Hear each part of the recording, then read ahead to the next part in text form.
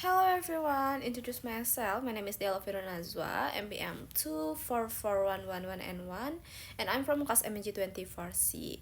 Di sini aku akan sedikit menjelaskan materi tentang pengawas pasar dan lembaga keuangan. Pengawas pasar dan lembaga keuangan terhadap pasar dan lembaga keuangan merupakan aspek yang sangat penting dalam menjaga stabilitas sistem keuangan suatu negara.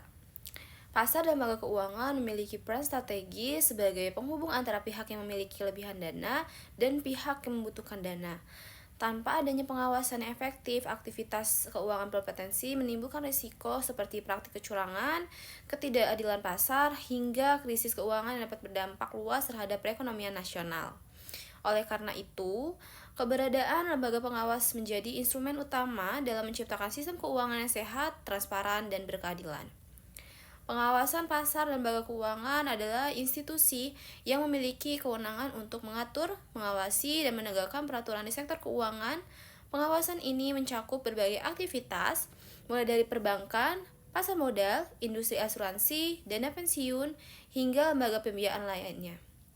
Tujuan utama dari pengawasan tersebut adalah untuk melindungi kepentingan masyarakat sebagai konsumen jasa keuangan, menjaga kepercayaan publik, serta memastikan bahwa seluruh pelaku usaha keuangan menjalankan kegiatan usahanya sesuai dengan prinsip kehati-hatian dan ketentuan hukum. Di Indonesia, peran pengawasan pasar dan lembaga keuangan secara terintegrasi dijalankan oleh Otoritas Jasa Keuangan atau bisa disebut dengan OJK.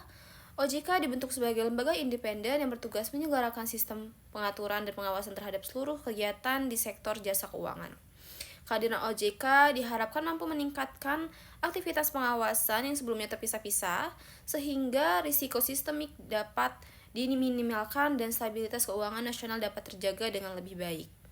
Dalam pelaksanaan tugasnya, pengawasan pasar lembaga keuangan memiliki beberapa fungsi, yaitu fungsi pengaturan, pengawasan, dan perlindungan konsumen. Fungsi pengaturan dilakukan dengan menyusun berbagai peraturan dan kebijakan yang menjadi pedoman bagi pelaku usaha jasa keuangan. Fungsi pengawasan juga bertujuan untuk memastikan bahwa peraturan tersebut dipatuhi melalui proses pemeriksaan, evaluasi kinerja, serta pemantauan kinerja usaha.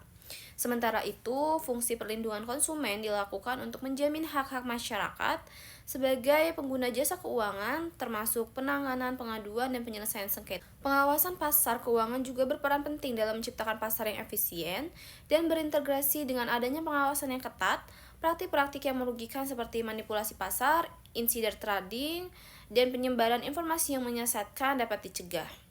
Hal ini sangat penting untuk menjaga kepercayaan investor dan mendorong pertumbuhan pasar keuangan yang berkelanjutan.